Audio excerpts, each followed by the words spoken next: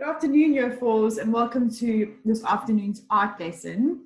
So it's quite a nice long art lesson, and we're going to look at a new topic this term on textiles. So we'll come to that a bit later. So if you want to write on a piece of paper or in a book, the learning objective, which is to evaluate artwork of Günter Stolze, and the big question is, why is Günter Stolze so important? And then your steps to success today are: I can recall any prior knowledge I have learned about art. I can explain what textiles are. I can discuss what the Bauhaus movement is, and I can evaluate artwork by giving my opinion. I should say art. Okay, so pause the video and write down your learning objective, date, and big question. Okay, so we've done these before. It's your prior knowledge grid. So obviously we didn't do last week art because we were on holiday, but you can still answer this question. Is an artist someone who can only paint and draw? In the last unit that we did in art, which was last term, name one element of interior design. And then last term, who is William Morris? And last year, which you would have done in year 3, and if you didn't, because of lockdown last year, you can still try and answer the question, what is a collage? So pause the video, you can draw the grid into your books and answer the questions. Okay, so the answer to this one, is an artist someone who can only paint and draw? The answer is no. Artists can do many other things such as sewing, pottery, painting, drawing, sketching, lots of other things that artists can do. So that is not the only two things that artists can do. Okay, last unit, name one element of interior design. So you could have had line, shape, color, patterns, repetition. All of those things were things that we looked at in interior design last term. Then last term, who is William Morris? So he was a famous artist who designed very nice patterns on wallpaper, and he brought wallpaper into fashion in a long time ago. And his designs are still really popular today. And then last year, what is a collage? So a collage is a whole lot of different materials or objects stuck together to create another picture. Okay, so our big question is, why is Günter Stolze so important? So we first have to look at who she is to know why she is so important. So she's the artist that we're going to look at this term. The last term we looked at William Morris. This term we're looking at Günter Stolze. So this is a picture of what she looks like. So there is a sheet, a comprehension text about her life, a little bit about her life. So I'd like you to pause the video now and read this out to yourselves. Maybe read it out loud to practice your reading at the same time.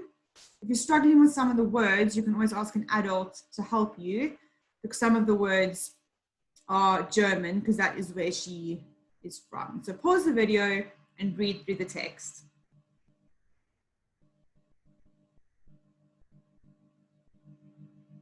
Okay, perfect. So you would have read that Günter Stolze is a famous textile artist. So we're going to have a look in a moment what textiles are. So I would like you to answer the following questions on the text. So it's retrieval questions like we do in reading, just to get you thinking about some of the things that she does.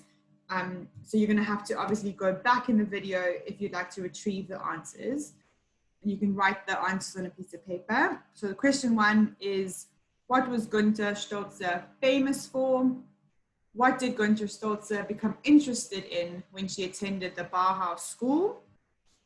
Number 3, what did Günter Stolze want weaving to be seen as? Number 4, what other subject did she teach other than weaving? And number 5, what was the name of her successful company? So pause the video and have a go at those questions. And again, go back to the text if you're struggling to think or remember the answers. Okay, well done. So let's mark those together. So number one, she was a famous textile artist. That was her main famous thing that she was famous for.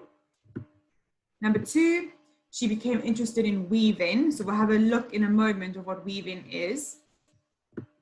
Number three, she wanted to make weaving popular and modern and not seen as women's work. Number four's answer, she taught maths as the other subject. And number five, her company's name was S&H Fabrics. Okay, so let's look at some of the vocabulary in more detail now. So the first one is a textile weaving in the Bauhaus movement. So you can pause the video and again, have a think about what a textile might be, what weaving might be, or what the Bauhaus movement is. So these words all came from the text. So either you might want to go back in the text and try and find some clues, you might know what they mean already, or you might want to look them up on the internet or in a dictionary. So pause the video and write down what you think these words mean. Okay, perfect. So a textile are materials made from fibers or yarns. So if we just go to the next slide, what is a textile? So the word textile originally meant woven fabric. Nowadays, it means any material that is made from fibers or yarns. So lots of different areas of art can be identified as textile art. Textile art involves adding color and pattern to a textile using techniques such as batik, print, applique, embroidery, dyeing, and more. So here's some examples of some textiles. Where else do you think you would see textiles in everyday life? Have a think about where you've seen textiles before. Okay, so your clothes. So your clothes are material, but that's another word for textile. So that's a type of textile. Fabrics, your furniture, so maybe your sofa is made of a textile. Rugs, cushions, and some examples of textiles found in everyday life. Maybe your curtains in your home are also a textile. Everybody's got different things in their house. So that is a textile, and Günther Stolzer was really famous for being a textile artist. She worked with these kind of materials. Okay, so weaving, the craft or action of forming fabric by interlacing threads. So here's a little picture of weaving. So if you imagine these green and white lines as fibers or yarns or threads, they would weave and interlink with each other. Here's another picture of weaving. So this is some wool, and you can see that this person has interlinked, which means they have joined the colors together. So you can see the red goes over and the yellow goes under the red, and the yellow goes over the blue and the blue goes under the yellow. So it's a really complicated technique of art called weaving. If you'd like to look at some more information on weaving, you can safely Google some YouTube channels as well. Okay, then the Bauhaus movement. So we've got quite a long definition over here. So Bauhaus literally translated to construction house. So it's a German word, and it originated as a German school of arts in the early 20th century. So Bauhaus was actually the name of a school. But then it became really popular, and then it became known as the Bauhaus movement in geometric, abstract style featuring little sentiment or emotion. The main kind of art that came out of the Bauhaus school was geometric, so lots of shapes, and abstract, so lots of random design, so not pictures of trees or landscapes, lots of shapes, and no emotion. So you couldn't really say if a picture was a happy or sad picture. So these are some examples of Bauhaus art, as you can see. So you can see lots of different shapes in these pictures. So just take a moment and pause the video and really have a look and see at what shapes and colors you can see in these pictures.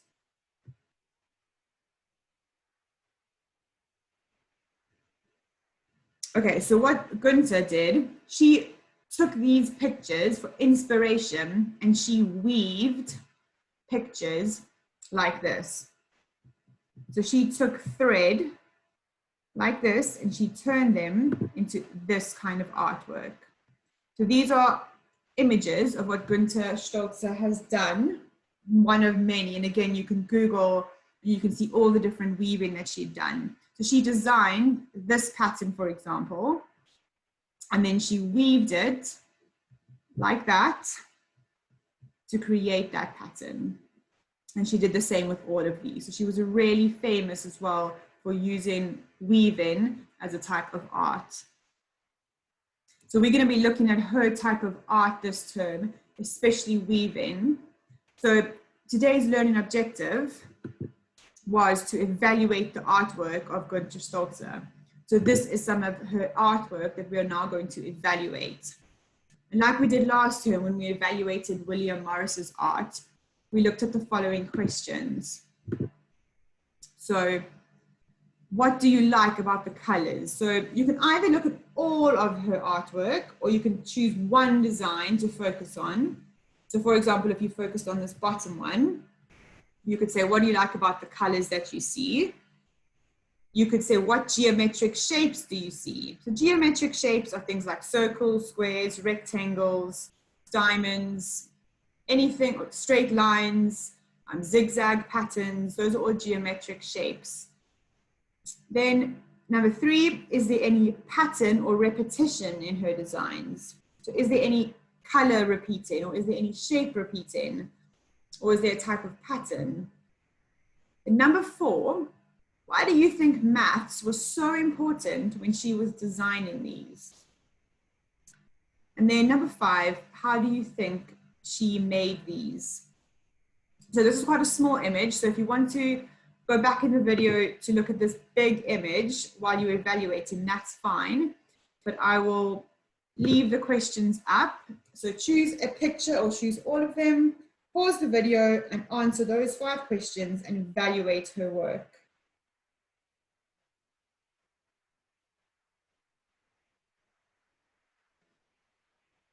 Okay, well done. So obviously your answers are all your own opinion. And like I've always said with art before, you don't have to like art. It is totally based on your opinion of if you like a picture or not. So for number 1's answer, you could have said anything about the colors, that they're quite bright, they work well together with other colors, they might be complementary colors on the color wheel. You might like red and green as your favorite color, so you really like those colors in the pattern. Anything would be the correct answer.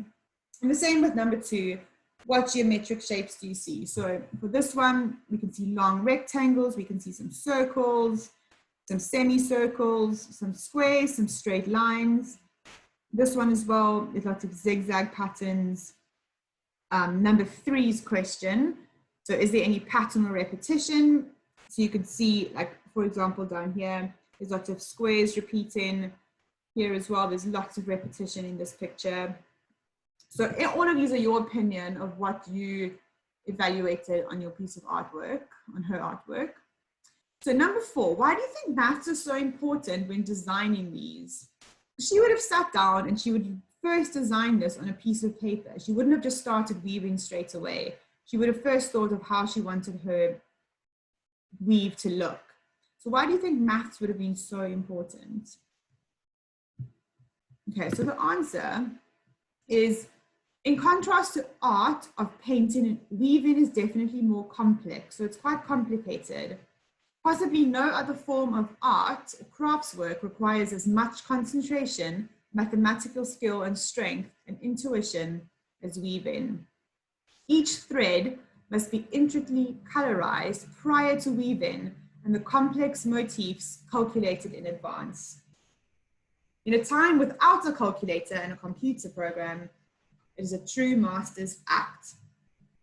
So she would have to, if you look at one of these designs, she would have designed this first with her colors. But if she was going to use blue over there and yellow over there and then orange over there, she would have had to, like this girl or boy is doing here, specifically see mathematically which color would have to go over, which color would have to go under, and which color would have to be under this color. So it's a very good mathematical skill, weaving. Okay, and then Number 5, how do you think she made these? So she would have weaved by hand mostly, because there was not modern technology like there is today to weave carpets and wall hangings like she did. So most of her work would have been done by hand, which makes it even more special. Okay, so that is your artwork for today. So well done, Year 4s. I hope you enjoyed that lesson. We will be looking at weaving in much more detail over the next 5 weeks for this half term. And by the end of it, we'll be making our own weaving pattern and hopefully making our own weaving out of some materials that you might have at home. So well done, and please again, send any work to the Year 4 address. We'd love to see what you are doing. Thanks, Year 4s. Bye.